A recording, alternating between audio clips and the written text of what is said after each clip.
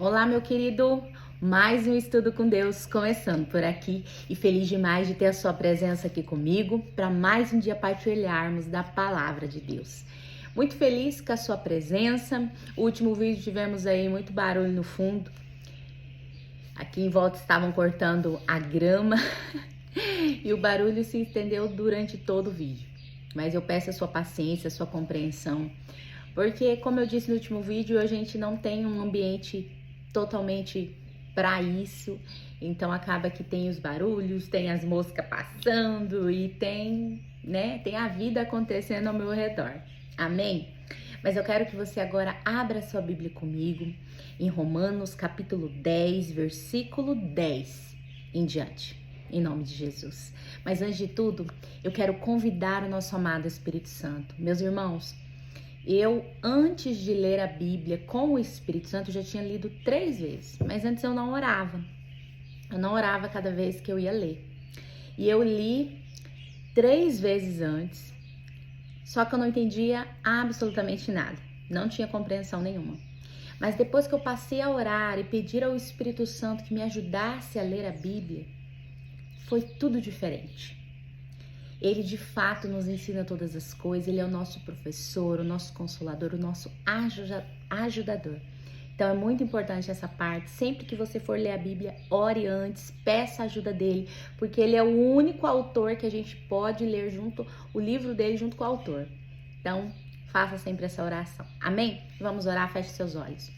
Senhor Jesus, mais uma vez estamos aqui na tua presença, te agradeço, Senhor, por mais um dia de vida e coloca a minha vida, a vida daquele que está assistindo esse vídeo neste momento em tua presença. E peço, Senhor, em nome de Jesus, nos ajude a ler a tua palavra, Senhor. Abra nossa mente, nosso coração, nossa compreensão da sua palavra, nos ajude a entender a palavra do Senhor. Amigo e amado Espírito Santo, nosso professor, nos ensine todas as coisas, nos discipule, faça-nos compreender a palavra, nos dê palavra rema, uma palavra além das letras, nos dê algo além daquilo que nós estamos vendo ali, o natural, nos ajuda a ver o sobrenatural da tua palavra.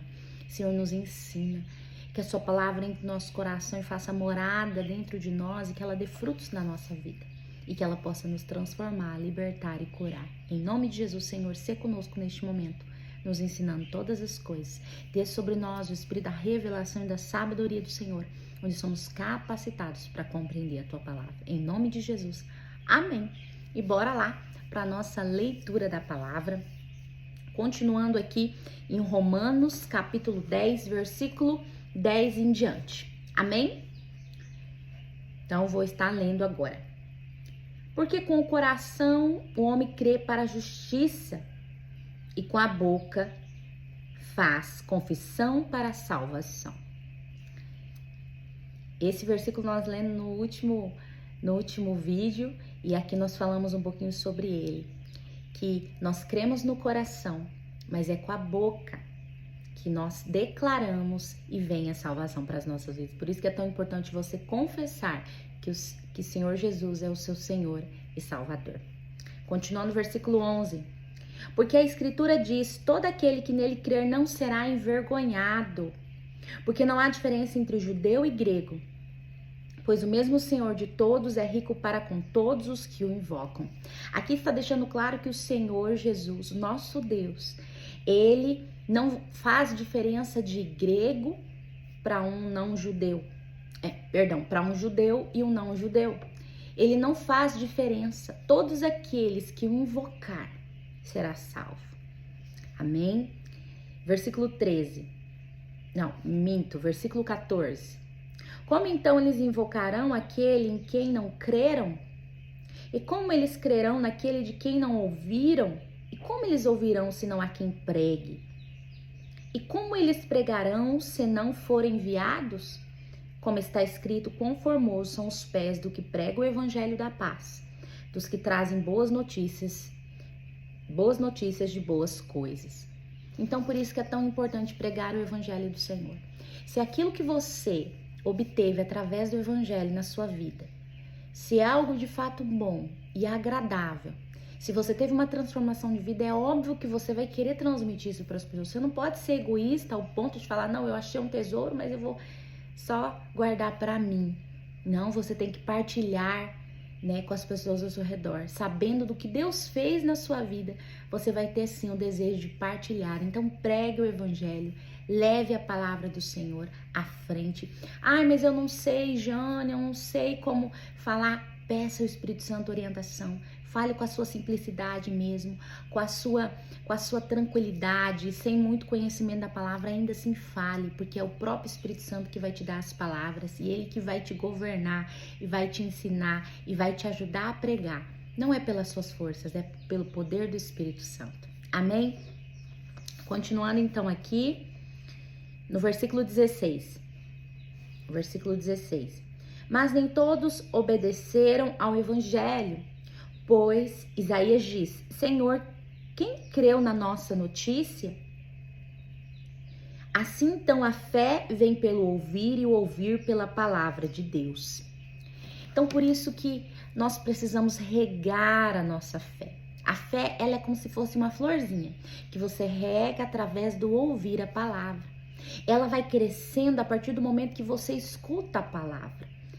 Através de um podcast, através de uma pregação na internet, através do seu pastor na sua igreja, através de um testemunho que você conhece, através da leitura da palavra de Deus, tudo isso rega a tua fé e faz ela crescer.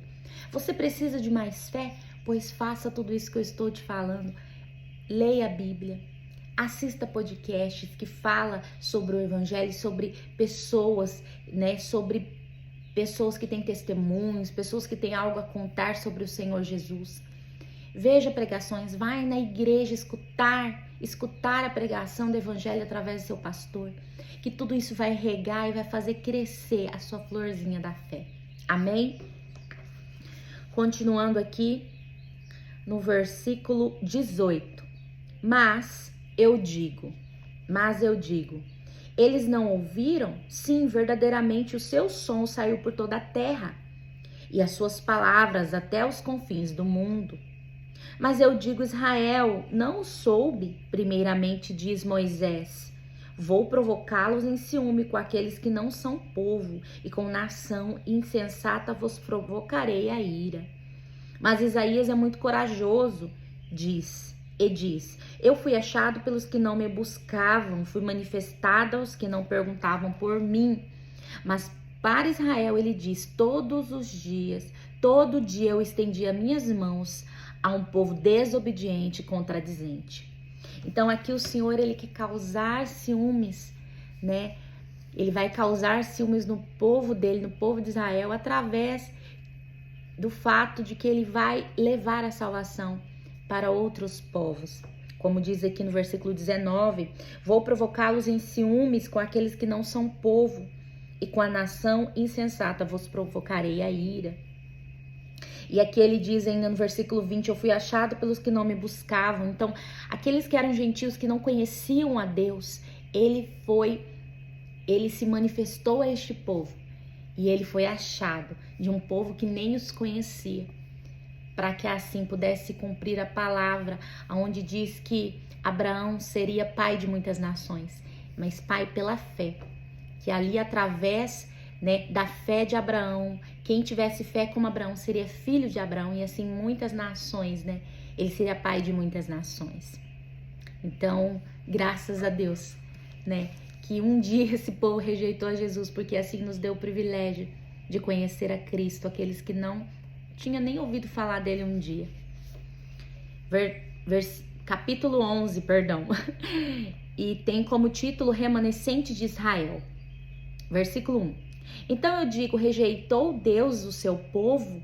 De forma alguma, porque eu também sou israelita da semente de Abraão, da tribo de Benjamim. Deus não rejeitou o seu povo que antes conheceu, ou não sabeis o que a Escritura diz de Elias? Como ele intercede a Deus contra Israel, dizendo, Senhor, eles mataram os teus profetas e derrubaram os teus altares, e eu fiquei sozinho. E eles buscam a minha vida. Versículo 4. Mas o que lhe diz a resposta de Deus? Eu reservei para mim 7.000 homens, que não dobraram os joelhos diante da imagem de Baal. Assim, então, também no tempo presente há um remanescente, de acordo com a eleição da graça. Então, o que o apóstolo Paulo está falando aqui? Por acaso Deus então rejeitou o seu povo? Ele diz não, de jeito nenhum, porque ele próprio, Paulo, era um judeu. Ele próprio era da semente de Abraão, física mesmo ali, da carne. Ele é da tribo de Benjamim. Então, não, Deus não rejeitou o seu povo de forma alguma. E aqui ele cita Elias, quando Elias vai diante de Deus, intercede diante de Deus contra Israel, dizendo que eles mataram seus profetas, e Deus responde não. Ainda tenho 7.000 joelhos, 7.000 homens que não se dobraram diante de Baal. No caso, não se dobraram diante de outros deuses, não se afastaram de mim. Então, existe ainda um povo, um remanescente, que vai sim aceitar Jesus, vai sim crer em Jesus, vai sim se encontrar com Deus ao ponto de conhecer a Cristo através, né, da morte de cruz, através ali de tudo aquilo que Jesus fez na cruz por mim e por eles, por eu que sou não judeus e por eles que são judeus, porque Jesus veio para salvar não somente nós, mas toda a humanidade, inclusive o próprio judeu. Continuando aqui no versículo 6. E se é por graça, então não é mais por obras? Caso contrário, a graça não é mais graça. Mas se for por obras, então não é mais por graça. Do contrário, a obra não é mais obra. Então a salvação, ela é de graça, irmão. Você não precisa fazer nada para alcançar isso. Você tem que, sim, por amor a Cristo, obedecer às suas leis e mandamentos éticos, morais. Sim, é por amor, mas não é pela salvação como que o povo judeu fazia. Eles cumpriam a lei sem amor nenhum a Deus, somente por uma religiosidade ali, para que eles pudessem ser salvos. Agora não, agora é diferente. Você é salvo sem fazer nada, mas ainda assim é necessário obedecer por amor. E é isso que o Senhor espera de nós. Continuando aqui o versículo 7. O que então Israel não conseguiu o que buscava? Mas os eleitos conseguiram e os demais ficaram cegos. De acordo com como está escrito, Deus lhe deu um espírito de sonolência, olhos para não verem e ouvidos para não ouvirem, até este dia. Aqui Paulo está citando Isaías 29:10 e Deuteronômio 29:4. Essa passagem aqui do versículo 8, ele está citando partes desses dois outros versículos do Antigo Testamento. Amém? Continuando aqui no versículo 9. E Davi diz que a sua mesa se torne em laço, em armadilha, em pedra de tropeço e em recompensa para eles. Sejam escurecidos seus olhos para que eles não vejam e para que encurvem continuamente as costas. Versículo 11. Então eu digo, eles tropeçaram para que caíssem? De forma alguma, mas antes pela sua queda a salvação veio aos gentios, para provocar-lhes ciúmes. Ora, se a sua queda é a riqueza do mundo e a sua diminuição a riqueza dos gentios, quanto mais a sua plenitude. Você já pensou? Se o povo judeu aceitar Jesus, que revolução que não vai acontecer no mundo? Muitas vezes a gente fica pensando, né? A gente não se dá conta do tanto que seria algo extraordinário se o povo judeu aceitasse o Senhor Jesus. Mudaria tudo, toda a situação mudaria do mundo. Continuando no versículo 13.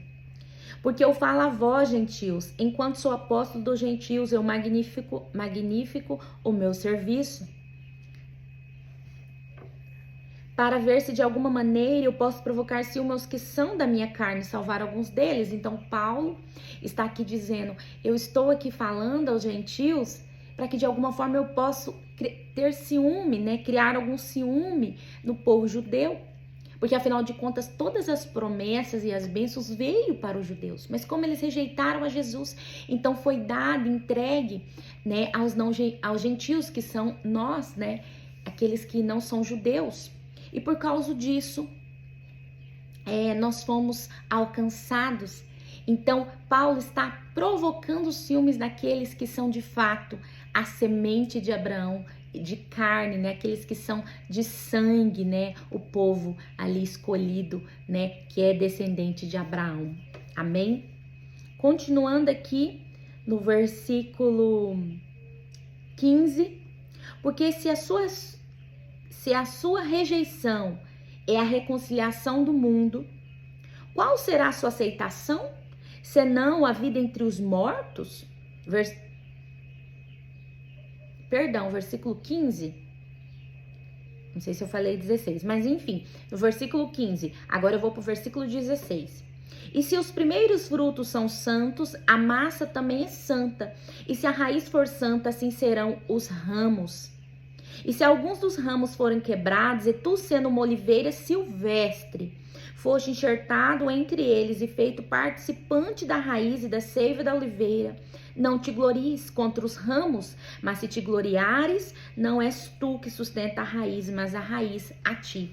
Aqui, Paulo faz uma analogia sobre usando uma planta, usando uma oliveira.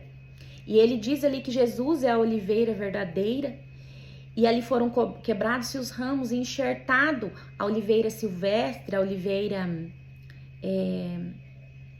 que não faz parte da oliveira ali natural, foi enxertado que somos nós, os gentios ali, fomos enxertados em Jesus ali, em Cristo, né, através ali da morte de Jesus, através da rejeição do povo de Israel a Cristo, e nós somos enxertados. E aí ele está falando aqui, no versículo 18, não te glories contra os ramos, no caso os gentios, os não-judeus, não se glorie contra os judeus, porque não é você que sustenta a raiz, no caso nós que sustentamos a Cristo, mas é a raiz que é Cristo que nos sustenta, né? Mas a raiz, não és tu que sustenta a raiz, mas a raiz a ti. Então é Cristo que nos sustenta. Amém? Então ele fez uma analogia aqui de uma oliveira, de uma planta, né? Que é muito ali popular ali naquele tempo. Amém? Naquela região ali de Israel. Continuando aqui no versículo 19. Tu então dirás, os ramos foram quebrados para que eu pudesse ser enxertado? Bem, por sua incredulidade eles foram quebrados. E tu estás em pé pela fé, não sejas arrogante, mas teme. Porque se Deus não poupou os ramos naturais, cuida para que ele não poupe a ti também. Então, se Deus não poupou nem o próprio povo dele, que é de fato o povo escolhido de Deus, que é de fato o povo amado do Senhor, se ele não poupou este povo, imagine nós, que fomos enxertados, que somos a oliveira silvestre, que não fazemos parte de fato ali, né? Hoje fazemos pela morte de Cristo, mas não fazíamos de fato ali, né? Parte do povo de Israel, nós somos enxertados. Então temos que temer, porque o Senhor não faz acepção de ninguém. Ele é justo para com todos, não importa quem seja, se é judeu, se é não judeus, todos serão julgados de acordo com as suas obras. Amém? Versículo 22. Vê, pois, a bondade e a severidade de Deus. Para com os que caíram, severidade, mas para contigo a bondade. Se permaneceres na sua bondade, do contrário, tu também serás cortado. E eles também, se não permanecerem na incredulidade, serão enxertados, pois Deus é capaz de enxertá-los novamente. Porque se tu fostes cortado da oliveira, que é silvestre, por natureza, e contra a natureza fosse enxertado na oliveira boa, quanto mais esses que são ramos naturais serão enxertados na sua própria oliveira. Então ele está dizendo aqui, se o povo de Israel, né, não ficar mais na sua incredulidade, mas crer no Senhor Jesus, eles serão novamente enxertados, né? Então isso vale tanto para um lado quanto para o outro. O Senhor, ele sempre tem uma segunda chance para todos nós, inclusive para o povo de Israel. Continuando aqui no versículo 25.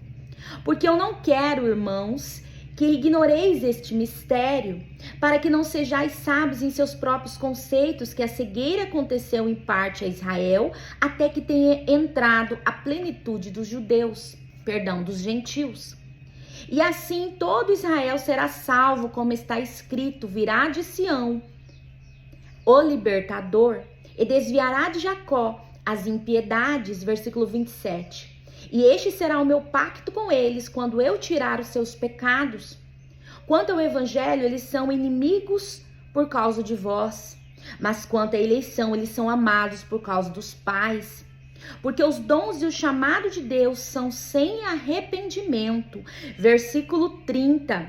Porque assim como vós também, tempos passados, não crieis em Deus, mas agora alcançastes misericórdia pela desobediência deles. Assim também, estes agora não creram, para que através da sua misericórdia eles também pudessem alcançar a misericórdia. Versículo 32. Porque Deus encerrou a todos na incredulidade, para que ele pudesse ter misericórdia sobre todos. Aqui ele está citando Isaías 40, capítulo 40, versículo 13.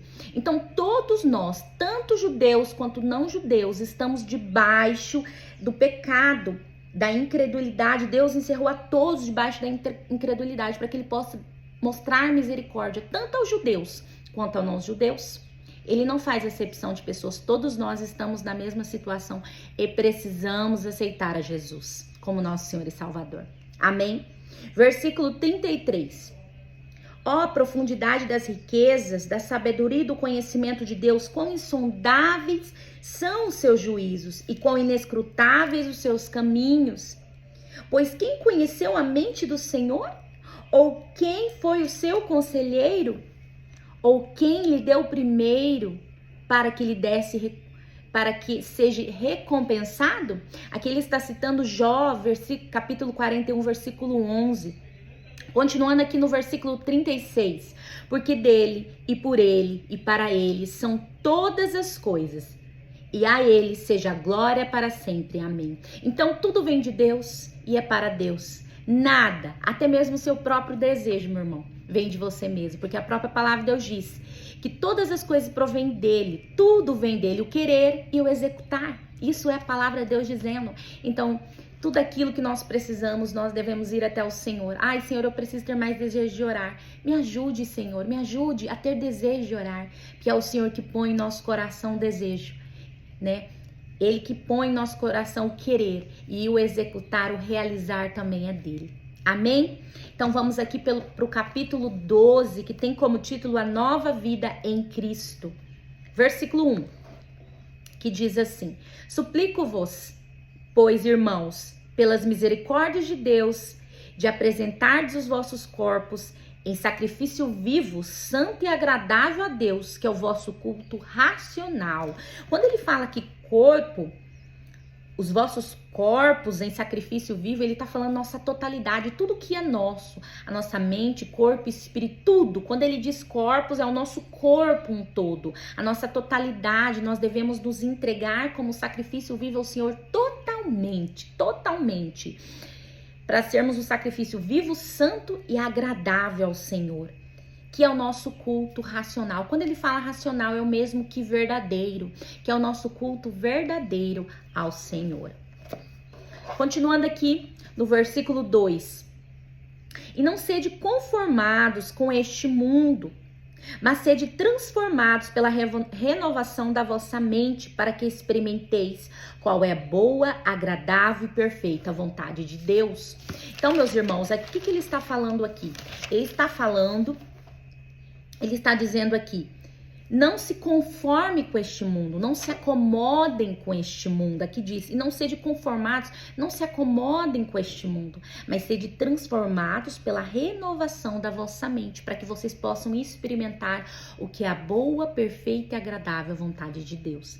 Então, através da nossa transformação, da nossa renovação de mente, nós seremos transformados. O que ele está querendo dizer aqui? Que tem que acontecer uma metanoia na nossa mente. O que é uma metanoia? Uma metanoia é uma transformação de mente, de caráter, é uma mudança. É uma mudança no nosso caráter, é uma mudança na nossa mente. E através dessa mudança, todo o nosso corpo será transformado, porque tudo dá início na mente, meu irmão. O que nós somos, tudo é consequência da nossa cabeça, tanto pro bom quanto pro ruim, tudo dá início ali. Então, se a nossa mente for renovada,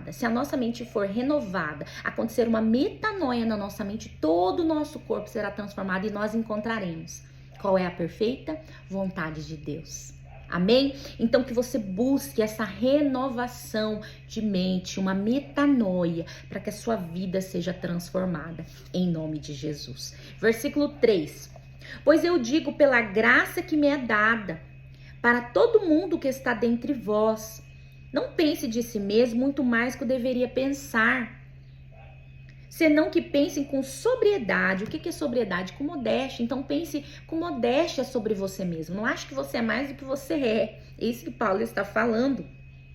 Assim como Deus tem dado a cada um uma medida de fé. Então a cada um Deus deu uma medida de fé. Então muitas vezes você fica se sentindo mal.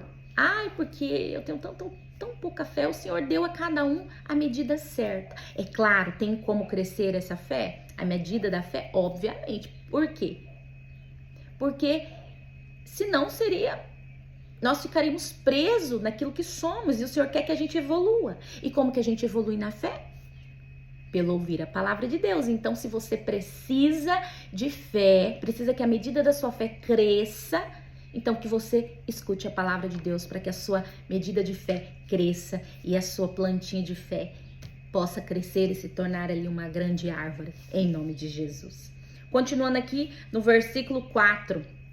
Porque assim como temos muitos membros em um corpo, e nem todos os membros têm a mesma função, assim nós que somos muitos, somos um só corpo em Cristo, e cada um membros um dos outros.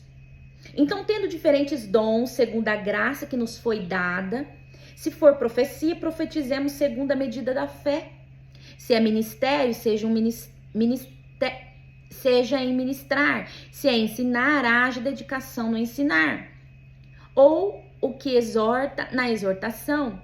O que reparte, faça com simplicidade. O que governa com diligência. O que demonstra misericórdia com alegria. Então, o que Paulo está falando aqui? Que nós somos um corpo. Todos nós que fazemos parte aí, né, da igreja do Senhor, somos o corpo de Cristo. E cada um tem uma função nesse corpo. Nem todos podemos ser boca. Nem todos podemos ser braço ou pernas, né? Nem todos podem ser, né, os olhos, que muitas vezes são partes que têm muito mais são mais atrativas, que têm uma função assim, com uma posição melhor. Não, nem todos podemos ser profetas, nem todos podemos ser evangelistas ou pastores, mas cada um de nós temos uma função no corpo de Cristo. Porque sem o dedinho, você deve já ter escutado essa pregação por aí, sem o dedinho faz toda a diferença no corpo, né? Você acha que não vai fazer diferença, mas faz sim, meu irmão.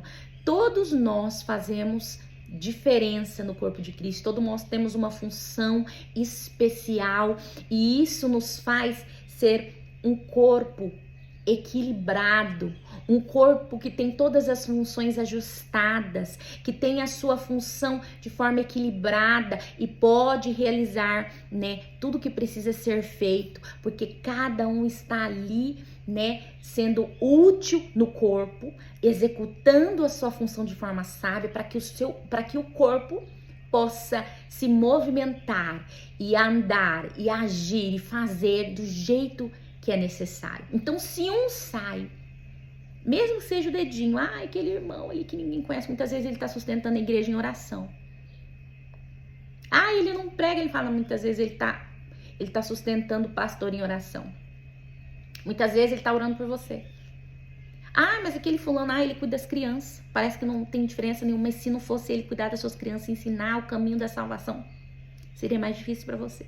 Então, todo mundo tem o seu lugar, o seu papel no corpo de Cristo. Nós precisamos entender isso e não podemos nos achar melhor porque temos uma função de mais destaque no corpo de Cristo e nem inferior se temos uma função que não se destaca tanto, porque todos nós somos importantes para o corpo de Cristo, para que o corpo de Cristo se movimente de forma equilibrada, para que ele possa funcionar de maneira ok aí, amém? Então eu quero deixar aqui, parar por aqui. Então no próximo vídeo nós vamos continuar no capítulo 12, no versículo 9, amém? Então eu quero encerrar com essa palavra, que você possa sempre se sentir feliz com a função que você tem no corpo de Cristo, lembrando que a gente também muda de função, muitas vezes o Senhor nos leva para outro lugar, muitas vezes Ele nos coloca para fazer outras coisas, porque precisa, porque é necessário, para que o corpo continue, né, sua função ali, para que ele continue trabalhando, para que tudo aconteça de forma equilibrada. Então a gente, primeiro, tem que encontrar o nosso lugar, segundo, estar apto a mudar de lugar se for necessário, e sempre entender que toda obra do Senhor é do Senhor. O cargo não é meu, não é meu. Se o Senhor quiser me mudar de função, Ele muda. Se Ele quiser me deixar no banco, Ele deixa. Porque o cargo não é meu, não é seu, é do Senhor. Então, na hora que Ele quiser mudar tudo, Ele muda, porque é dele, o corpo é dele, a igreja é dele, e nada que acontece dentro da igreja, do ministério, é do homem. Não deveria ser, pelo menos, né? É de Cristo. Então, a gente tem que ter esse coração humilde para aceitar as mudanças e, se for necessário, ficar no banco. Amém? Fique com Deus, Deus abençoe sua vida, espero ter agregado a você, e no próximo vídeo que você possa permanecer comigo. Eu peço com muita alegria, encarecidamente, por favor, curte o nosso vídeo, para que esse vídeo possa alcançar mais vida. Por favor, comente, o seu comentário vai agregar muito, vai se tornar mais relevante esse vídeo também. Se inscreva no canal, ativa o sininho e envie para as pessoas. Sabe aquela sua amiga, aquele seu irmão, aquele seu pai, aquele seu filho que está precisando ler a Bíblia e não tem muita motivação, fica meio perdido, mande para ele, que talvez ele vai se sentir motivado através desses vídeos aqui, que essa é a nossa intenção. Amém? Fica com Deus, até o próximo vídeo, em nome de Jesus.